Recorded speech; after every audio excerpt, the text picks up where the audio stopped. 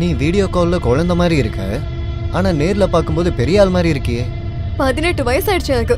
நான் இப்போ அடல்ட். அது பார்த்தாலே தெரியுது. நான் செம ஃபிகரா இருக்கேன்ல? அதுல எந்த டவுட்டும் இல்ல. மாமா, ராத்திரியில நான் உங்க பொண்டாட்டி நினைச்சிட்டு என்ன எதுவும் பண்ணிடாதீங்க. அட நீ பயங்கர ஜாலியா பேசுறியே. As usual. சரி, அக்கா எங்க போயிருக்கா? உன்னோட அக்கா கைனகாலஜிஸ்ட பார்க்க போயிருக்கா. ஏதாச்சும் குட் நியூஸா? அட இல்லம்மா, குட் நியூஸ் எதுவும் இல்ல. அதுக்காக தான் போயிருக்கா டாக்டர் கிட்ட. என்ன மாமா நீங்க அக்காவை ஃபோர்ஸ் பண்றது இல்லையா? வயக்ரா எடுத்துக்கிட்டு வேலையை காட்ட வேண்டியதானே? ஏய், என்ன வேணா பேசுவியா நீ? மாமா மாமா மாமா மாமா சாரி மாமா, நீங்க கோச்சுக்கிட்டீங்களா? நான் சும்மா தானே விளையாடுனேன் உங்ககிட்ட. எனக்கு உங்களோட ஆண்மை மேல எந்த டவுட்டும் இல்ல மாமா. நீங்க ரொம்ப ஸ்ட்ராங்கான பர்சன். நான் ஃப்ரெஷ் ஆயிட்டு வந்துடுறேன். சரி மாமா, நான் இன்னும் ஒரு வாரம் இங்கதான் இருப்பேன். என்னோட விளையாட்டுக்கெல்லாம் பழகிக்கோங்க. அட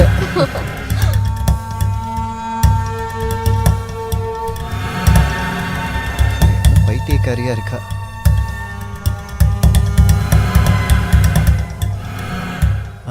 ஷர்மா சார், அடுத்த ஃபைலை சீக்கிரமாவே அனுப்பிச்சிடுறேன். கொஞ்சம் டைம் மட்டும் கொடுங்க.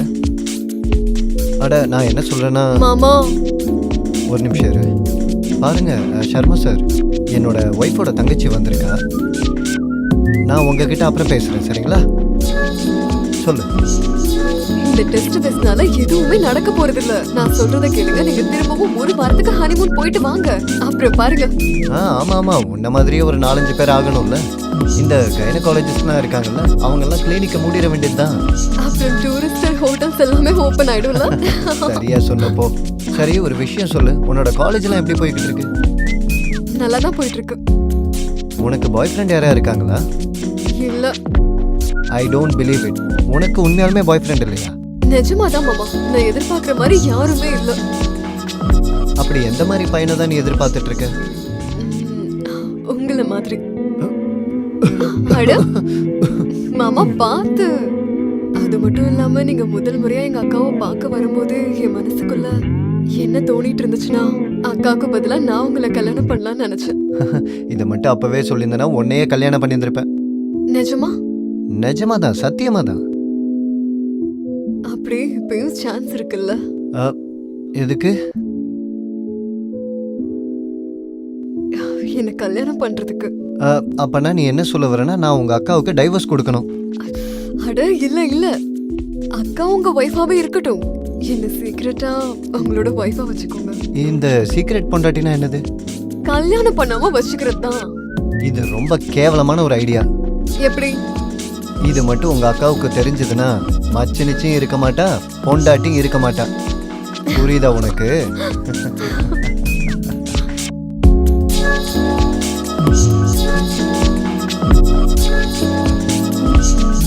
அட ஷர்மா சார், நான் ஃபைல் அனுப்பிச்சிட்டேன். உங்களோட டேபிள்ல தான் இருக்கு, பார்த்து எடுத்துக்கோங்களேன். என்ன சார் நீங்க சின்ன சின்ன விஷயத்துக்குலாம் கால் பண்றீங்க? அப்புறம் நான் உங்ககிட்ட சொன்னல, அந்த இன்னொரு கிளையண்ட் உங்களுக்கு ஞாபகம் இருக்கா? அவன் ரொம்ப கஷ்டப்படுத்திட்டு இருக்கான் சார். இல்ல நான் சாருக்கு மெயில் பண்ணிட்டேன். பாப்போம் சார் என்னதான் சொல்றாருன்னு. சரி சரி, ஒன்று பண்ணுங்க, நீங்க கொஞ்ச நேரம் கழிச்சு கால் பண்ணுங்க. அப்புறம் நம்ம ஃப்ரீயா பேசுவோம். ஓகே.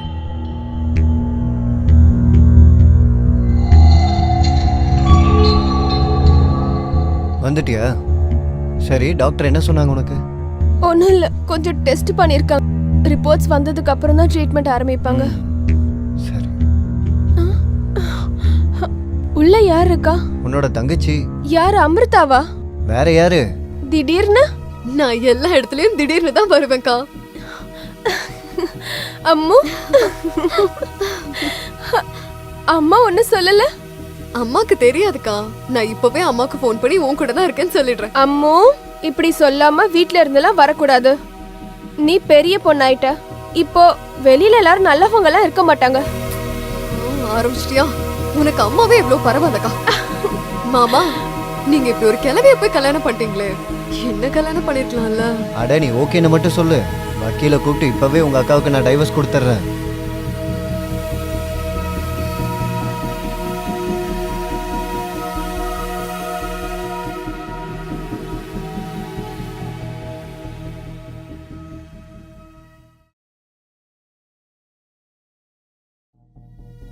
இவளுக்கு புரிய வைக்காம நீங்களும் அவ கூட சேர்ந்து விளையாடிட்டு இருக்கீங்க.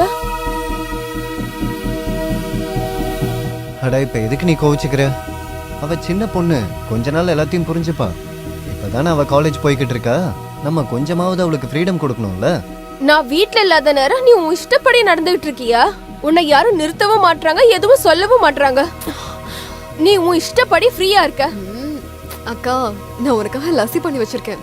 லஸ்ஸியை குடிச்சிட்டு காமாரு. நான் இதோ வந்துடுறேன்.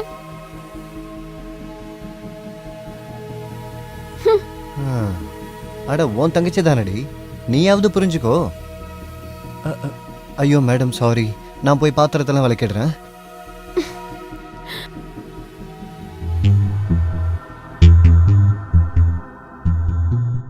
அர்ச்சு பேபி, அர்ச்சு. என்னடி இது நைட்டி போட்டு சுத்திட்டு இருக்க? திரும்ப மூட் ஆயிட்டியா என்ன? ஆபீஸ் போவேனாமா? இல்ல, உடம்பு சரியில்லை. அப்ப டாக்டர் கிட்ட போயிட்டு வா. டாக்டர் கிட்ட போய் போய் என்னால முடியல. இங்க பாரு, நீ நம்பிக்கையை விடாத, எல்லாமே சரியாயிடும். நீ கைனகாலஜிஸ்ட் கிட்ட போனல்ல, சரி நான் ஈவினிங் வரேன், 2 பேரும் வெளியே போய் நல்ல டின்னர் சாப்பிட்டு வரலாம். சரியா? இப்போ எனக்கு லேட் ஆயிடுச்சு, நான் கிளம்புறேன்.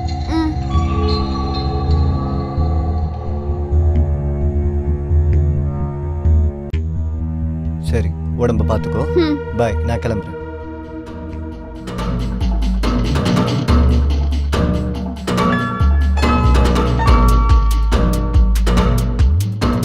இன்னைக்கு என்ன ப்ரோக்ராம்? என்னம்மா இன்னைக்கு நீ திரும்பவும் ஷர்ட் அயர்ன் பண்ணல? அப்புறம் நான் ஆஃபீஸ்க்கு என்ன தான் போட்டு போகிறது? நீங்க 2 பேரும் என்ன வீட்ல தனியா விட்டுட்டு போறீங்களா? ஏன், உன்னோட ஃபோன் உங்ககிட்ட தானே இருக்கு, அதை வச்சு உன் ஃப்ரெண்ட்ஸுக்கெல்லாம் டெக்ஸ்ட் பண்ணு. மாமா, நானும் உங்க கூட வரேன் உங்க ஆபீஸ்க்கு. நீ என் கூட ஆஃபீஸ்க்கு வந்து என் கொலீக்ஸ் எல்லாம் என்ன கிண்டல் பண்ணணும், அப்படிதானே? இல்ல, உங்க பாஸை கரெக்ட் பண்ணி நான் உங்களுக்கு ப்ரமோஷன் வாங்கி தரேன். நோ தேங்க்ஸ், இந்த சர்வீஸ் எல்லாம் உங்க அக்காவுக்கு கொடுப்போம்.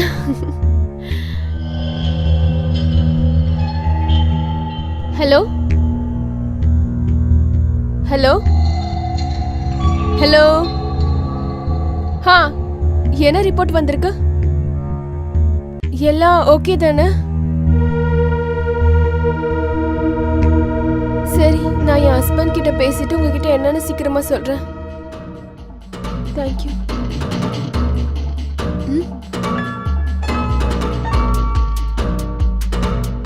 என்னாச்சு?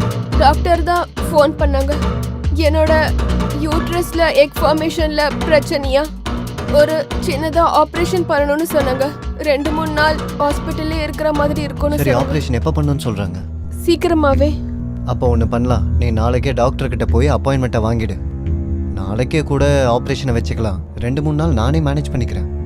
அக்கா, நீங்க கவலைப்படாதீங்க, நான் இங்க எல்லாத்தையும் கவனிச்சுக்கிறேன். நீங்க பயப்படாம உங்க ஆபரேஷன் மேல கான்சென்ட்ரேட் பண்ணுங்க.